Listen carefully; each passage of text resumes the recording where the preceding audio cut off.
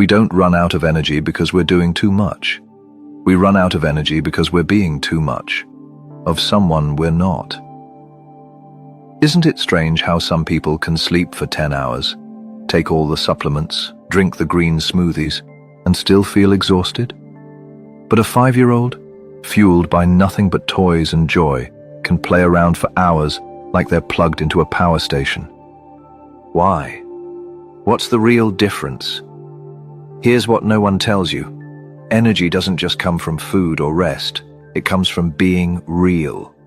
And the more we stray from that, hiding behind masks, roles, personas, the more drained we become, not just emotionally, but physically too. So stay with me until the end, because once you see what Carl Jung discovered about the psyche and chronic fatigue, you'll never look at your energy the same way again. Let's talk about something most of us are silently doing, every day.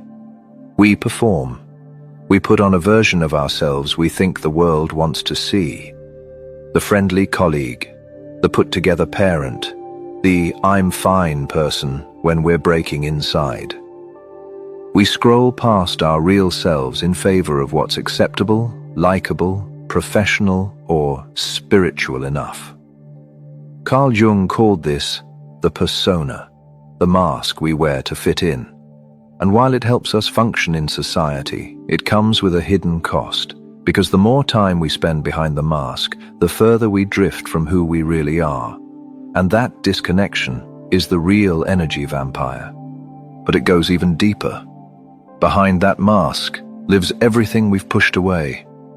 The shadow, our anger, our sadness, our shame, our unmet needs, all the things we were told not to be. And suppressing that shadow is like trying to hold a beach ball underwater all day.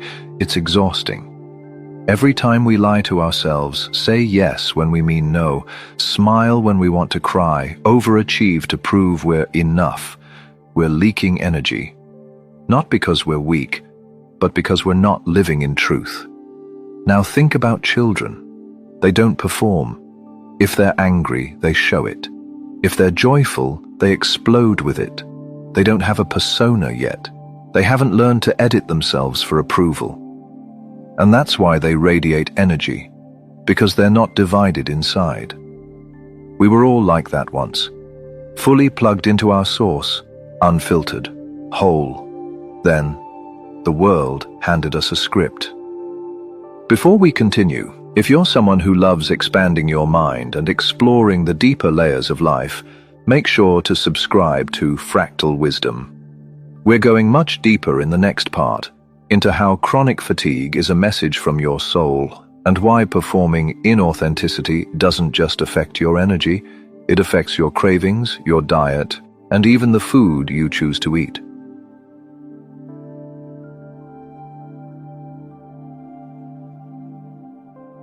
So now that we've opened the door to the shadow and the persona, let's talk about food for a moment.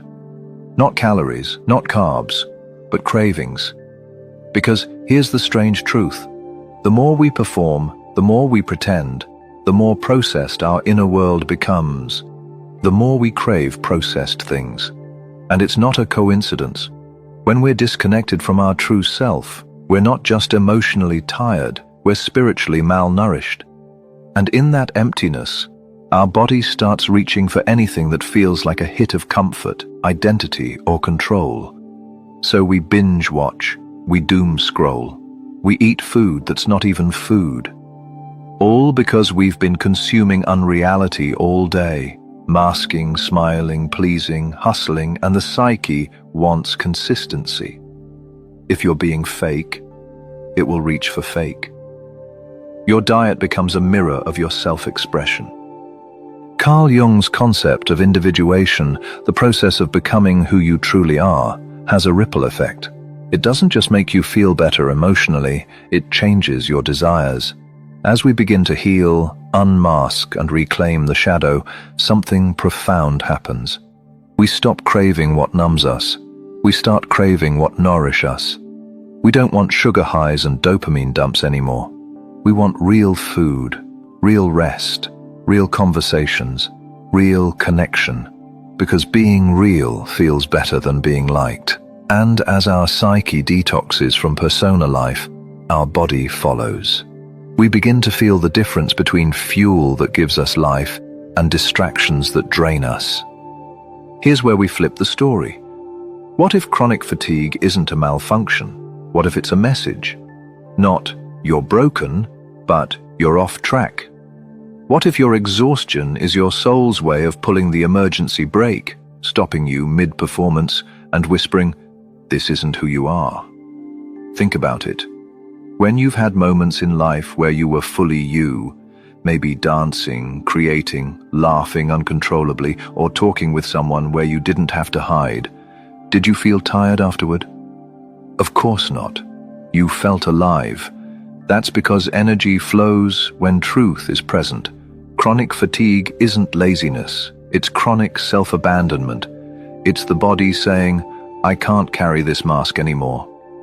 And now we're going into the psychology of performance and how the need to be liked creates an internal energy leak that even sleep can't fix.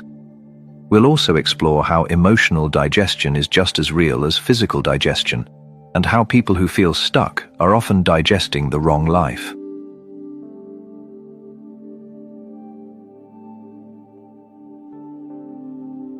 Most people don't realize they're performing. It doesn't feel like acting. It feels like survival. And that's the scariest part. We wear masks so well, they start to feel like skin.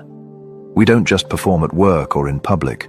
We start performing in our own homes, in our relationships, even alone in our own heads. We think, if I just keep being agreeable, if I stay polished, if I keep everyone comfortable, I'll be safe. But comfort doesn't equal connection. And the more you abandon yourself to make others feel okay, the more energy you burn just to get through the day. This is why so many people wake up tired, even after 8 hours of sleep. Because sleep rests the body, but performance drains the soul. And your soul doesn't recover with rest, it recovers with truth. The thing is, being liked is addictive. It gives a short burst of relief, a little nod of approval, but it's surface level. It's not real love. Real love happens when you're seen and accepted for who you actually are, not for the role you play. And until you break out of that loop of trying to be liked, you'll stay trapped in emotional debt, constantly overgiving, over-explaining, overthinking. This creates chronic stress, and chronic stress isn't just in your head. It floods your body with cortisol, burns through your neurotransmitters, disrupts your digestion, tanks your immunity.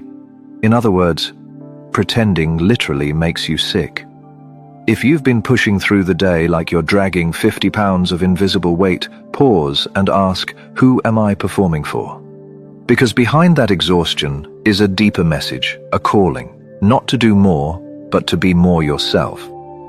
So take a breath, because this is deep work. In the final part, we'll explore how your energy skyrockets when you return to your real self, and how everything from your food choices to your relationships begin to transform. Truth is medicine, and the cure for that chronic fatigue might be you finally coming home.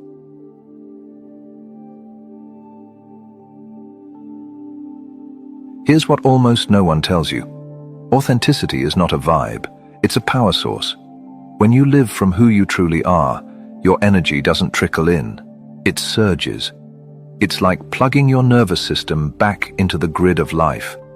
You don't need caffeine, motivation hacks, or productivity apps. You need congruence. When your words, your actions, your desires, and your values are aligned, the exhaustion stops. Because you're no longer using your life force to maintain a character. Let's talk about food again, because this is where it gets tangible. When you stop performing and start feeling, you don't want fake food anymore. Processed foods are like persona food, dressed up, manipulated, artificially enhanced. And just like performing, they offer a quick hit followed by a crash.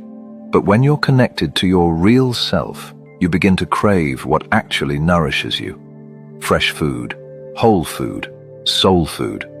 Not because you're trying to be healthy, but because your body stops begging for stimulation and starts asking for substance.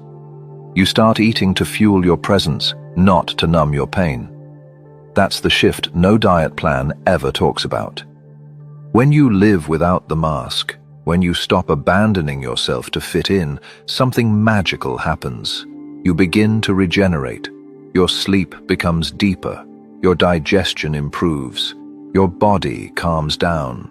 Your emotions stop spiraling. You become more efficient with less effort, because being yourself takes no extra energy. It's the pretending that burns through your reserves. Carl Jung said, "The privilege of a lifetime is to become who you truly are." And I would add, the energy of a lifetime is found in that same place. If this video sparked something in you, if you're ready to stop leaking energy through performance and start reclaiming your life force, let's keep going. Subscribe to Fractal Wisdom and turn on notifications, because this channel is all about remembering who you are beneath the masks. And if this resonated, share it with someone who's tired, not just in body, but in soul.